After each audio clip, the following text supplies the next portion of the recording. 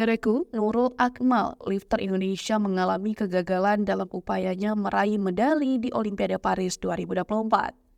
Berkompetisi di cabang olahraga angkat besi kelas 81 kg plus, Nurul harus puas berada di peringkat ke-12 yang merupakan posisi terbawah dalam kelas ini.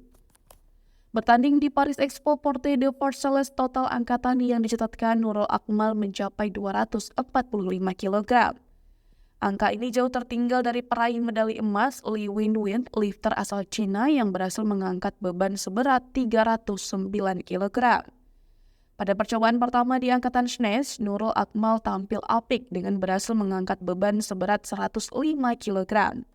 Percobaan kedua dan ketiganya juga berhasil dengan mengangkat beban seberat 110 kg. Namun, dua angkatan terakhir tersebut tidak disahkan oleh juri yang memberikan penilaian nolil. Keputusan tersebut diambil karena Nurul Akmal dinilai melakukan kesalahan price out. Kesalahan ini terjadi saat lengan menekuk ketika beban diangkat ke atas kepala, sementara seharusnya lengan tetap lurus. Setelah angkatan snatch, Nurul Akmal melanjutkan ketiga percobaan angkatan clean and jerk. Pada percobaan pertama, ia sukses mengangkat beban 140 kg. Namun, pada percobaan kedua, ia gagal mengangkat 145 kg.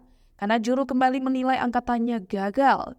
Di percobaan ketiga, Nurul mencoba mengangkat beban 151 kg, namun gagal menuntaskan jerk. Menurut laman Bartman.com, kegagalan angkatan dapat terjadi jika siku menyentuh bagian tubuh manapun selama angkatan. Selain itu, lifter juga dilarang mengayunkan barbel setelah berdiri dari posisi clean, karena hal ini dapat memberikan momentum ekstra pada barbel selama fase jerk. Dengan kegagalan ini, Nurul harus pulang tanpa medali dari Olimpiade Paris 2024. Meski sudah berjuang maksimal di cabang angkat besi kelas 81 kg plus.